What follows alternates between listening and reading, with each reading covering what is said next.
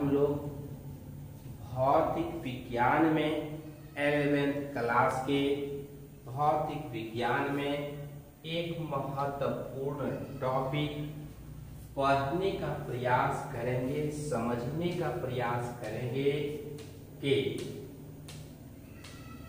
सिद्ध करना है कि किसी वस्तु के पूर्ण प्रत्यास्थ टक्कर में संवेग संरक्षण के सिद्धांत का पालन होता है या संवेग संरक्षण के नियम का पालन होता है। इसमें हम पढ़ेंगे टक्कर क्या है, टक्कर कितने प्रकार का है और पूर्ण प्रत्यास्थ टक्कर में संवेग संरक्षण के सिद्धांत का पालन किस प्रकार होता है।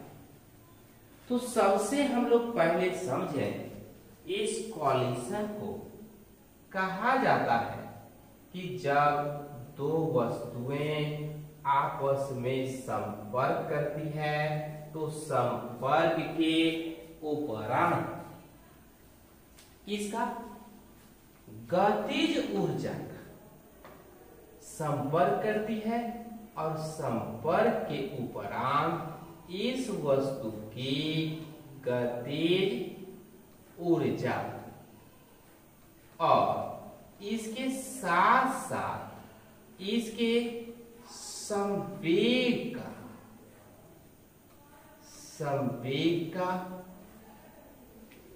का आदान प्रदान होता है, आदान प्रदान होता है। तो इसी प्रोसेस को हम लोग टक्कर कहते हैं।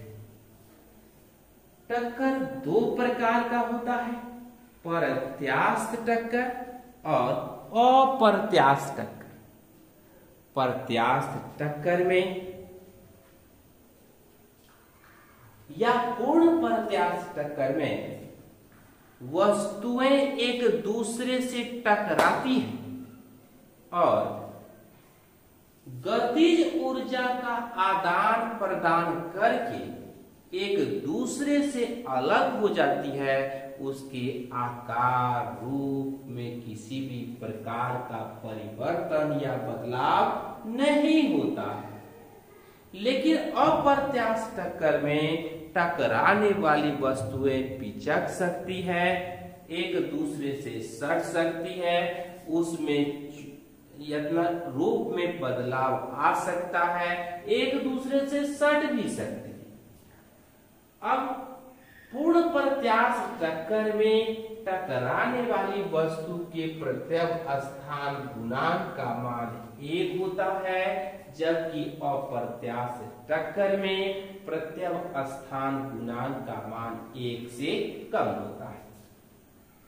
यहाँ पर आप देख रहे हैं M1 और M2 दो वस्तुएं हैं जिसमें M1 का मान U1 और दूसरी वस्तु का मान वेग का मान U2 है।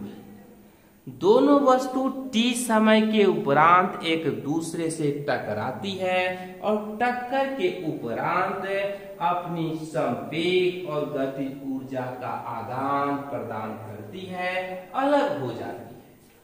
टकराने से पहले जो वस्तु है उसके वेग को आपेक्षिक अपगमन वेग और टक्कर के बाद के वेग को आपेक्षिक उपगमन वेग या उपगमन वेग कहा जाता है।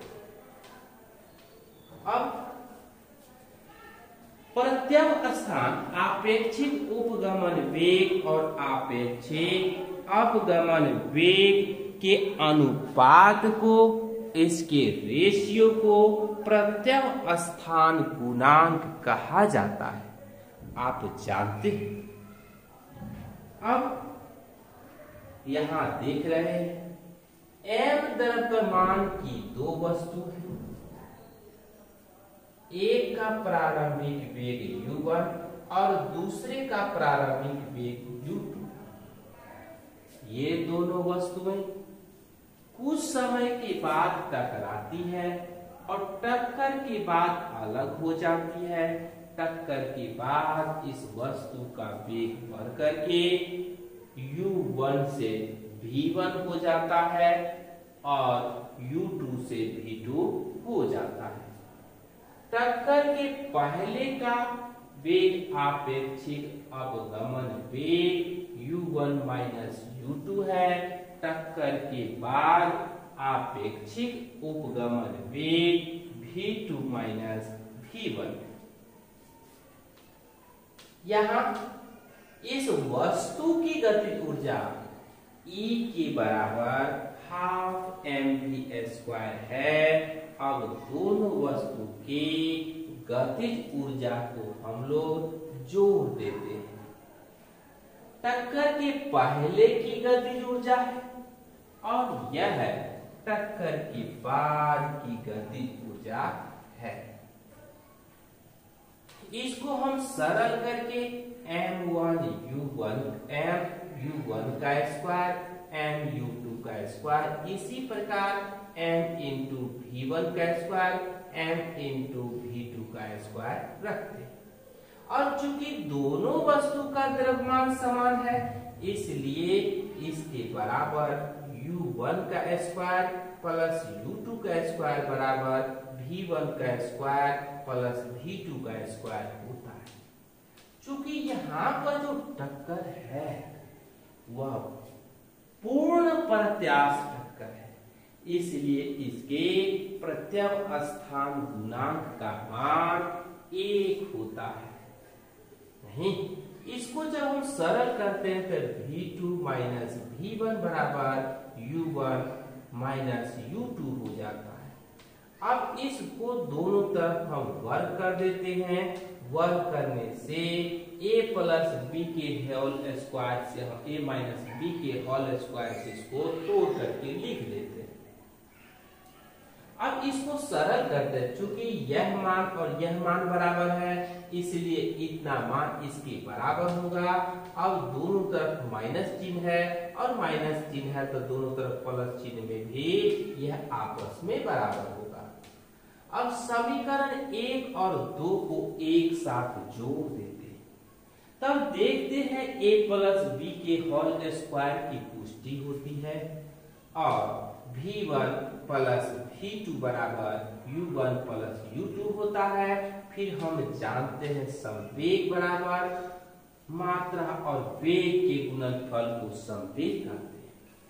अब इसमें दोनों तरफ हम क्या करते हैं, इसको गुणा कर देते हैं उसके द्रव्यमान से। उसके बाद हम लोग क्या देखते हैं कि m1 v1 बराबर m को कॉमन ले लेते हैं, v1 प्लस v2 बराबर m इंटू कॉमन ले लेते हैं, u1 प्लस u2 होता है अर्थात संवेग का संरक्षण होता है।